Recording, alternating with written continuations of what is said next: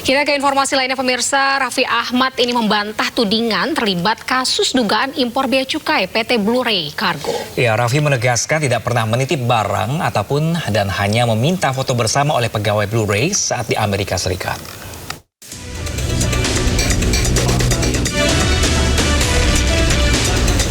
Raffi Ahmad membantah tudingan terlibat kasus dugaan suap impor barang.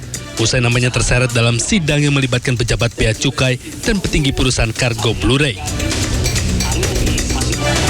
Raffi menyebut awal mula namanya terseret saat Oktober 2025 ia bersama sejumlah artis tengah berada di New York usai mengikuti lomba lari maraton. Saat itu Raffi menyempatkan diri mengunjungi sejumlah usaha milik WNI. Saat itulah ia didatangi oleh pegawai Blu-ray dan meminta Raffi foto bersama di depan toko Blu-ray. Nah ini foto. Saya nggak kenal. Inilah orangnya. Ya, beliau memperkenalkan diri, tapi saya nggak kenal. Lalu mereka bilang, Mas Raffi, perusahaan kami ini, Blu-ray ini kita bisa kirimin apapun itu, mau handphone, mau laptop, mau iPad, mau ini, mau itu. Oh iya kan ada handphone yang terbaru, nanti kalau dikirim bisa. Ya nggak mungkin dong, saya bilang. Oh enggak, saya nggak mau kirim lewat kamu, kan nggak mungkin, saya bilang. Jadi itu lagi rame-rame gitu kan? Ya, lagi rame-rame, saya bilang, oh iya. Oke, nanti kalau ada handphone yang baru itu, ya udah nanti saya kirim ya. Hanya sebatas itu.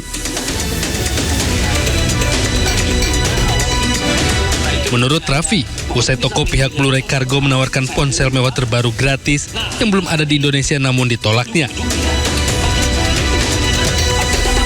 Kuasa hukum Raffi Ahmad juga memastikan tidak ada bukti yang menunjukkan Raffi pernah memesan maupun menerima barang dari Blu-ray. Sejak itu nggak ada komunikasi apapun, tidak ada pertanyaan dari Raffi, mana handphone gua, nggak ada. Tiba-tiba Februari OTT Blu-ray di Lampung dan mulailah diperiksa semua. Ya mungkin ada chat dari pegawai di Indonesia mengatakan bakal ada pesanan dari Raffi, dia juga nggak tahu. Itulah yang terbuat di persidangan langsung heboh. Tapi dia pun sudah cabut, itu namanya Johannes. Sementara itu, sebelumnya Komisi Pemberantasan Korupsi menyebut nama Raffi muncul di persidangan karena diduga pernah menitip barang elektronik ke pihak Blu-ray Cargo. Namun KPK belum mengembangkan hal tersebut dalam penyidikan perkara bea cukai tersebut. Betul itu ada fakta saudara RA itu menitip, tapi kita waktu itu belum sampai kepada mengarah bahwa itu penyelundupan. Karena ini hanya sekitar ada 2 unit mungkin yang dititipkan laptop, mungkin karena ada perkenalan atau apa, sehingga itu kemudian di proses penyidikan yang Blu-ray kemarin kita tidak kembangkan terlalu jauh. Nama Raffi Ahmad mencuat usai disebut dalam sidang kasus importasi barang di Ditjen Bea Cukai yang melibatkan Blu-ray Cargo. Dari Jakarta, Tim Liputan iNews melaporkan. Sementara itu pemirsa, Kejaksaan Agung telah menahan mantan Kepala Badan Gizi Nasional Dadan Hindayana. Tapi giliran nasib ribuan motor listrik ini yang diduga dibeli dari uang program makan bergizi gratis jadi sorotan masyarakat.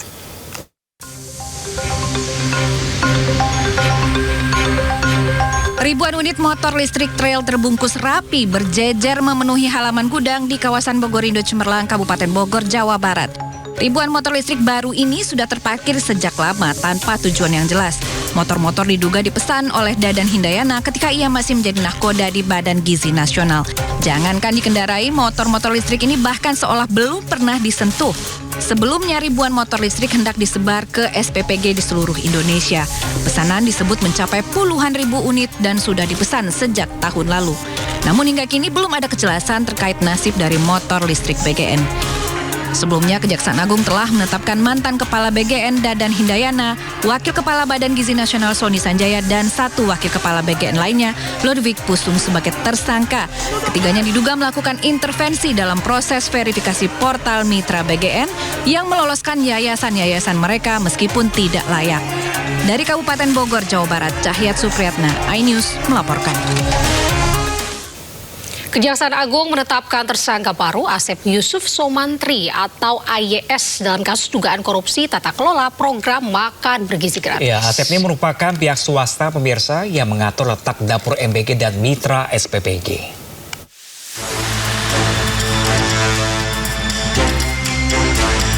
Kejaksaan Agung menetapkan tersangka baru dalam kasus dugaan korupsi tata kelola program makan bergizi gratis.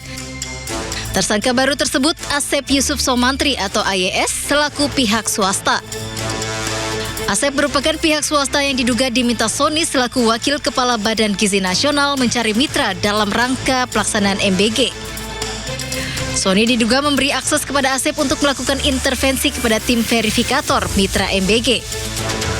Sehingga Sony mengetahui titik dapur yang kosong dan membatalkan status calon SPPG yang semula telah disetujui di portal mitra MBG.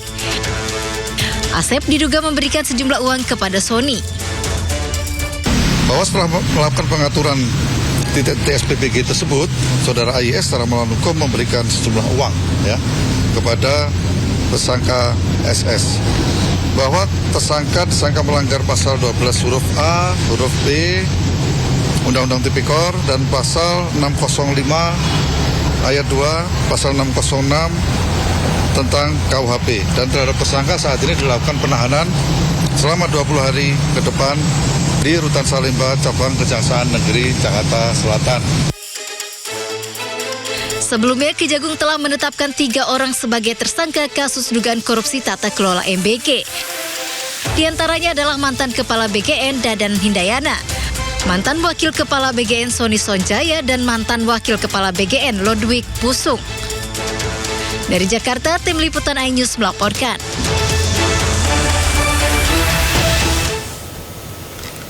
Ya pemirsa, Kepala Badan Gizi Nasional Nani Esdeang ini mengatakan masyarakat mampu tidak akan lagi mendapatkan MBG. Ya, hal ini dilakukan untuk efisiensi anggaran makanan bergizi gratis. Aku mau nyiapkan bahan nih. Ya, jadi efisiensinya apa aja, Bu? Iya, iya. Begitu. Ya, penerima manfaat. Sambil berjalan. Sampai dapat lagi MBG begitu, Bu, atau yang mampu? Maksudnya yang mampu, yang kaya. Yang kaya nanti tidak dapat lagi. Jadi penerimanya siapa saja, Bu? Penerima manfaat ini. Jadi nanti misalnya ya sekolah-sekolah kaya. Sekolah-sekolah kaya. Di sekolah-sekolah kaya ini. Terus kemudian iya itu kan seneng banget. Itu yang dibahas apa lagi? Gimana, Bu? Ini kan belum, besok dibahasnya. Maaf, kasih jalan. Belum. Katanya besok sore. Sejumlah wilayah di Bogor, Depok, dan Bekasi dilanda mati listrik selama 2 hari berturut-turut. Ya betul sekali, Pram, ini pemadaman juga tanpa pemberitahuan dan sangat mengganggu aktivitas warga. Mati listrik melanda sejumlah wilayah di Depok, Bogor, dan Bekasi secara beruntun pada Selasa dan Rabu kemarin. Di Depok, pemadaman listrik berlangsung 2 hari berturut-turut selama 2 jam.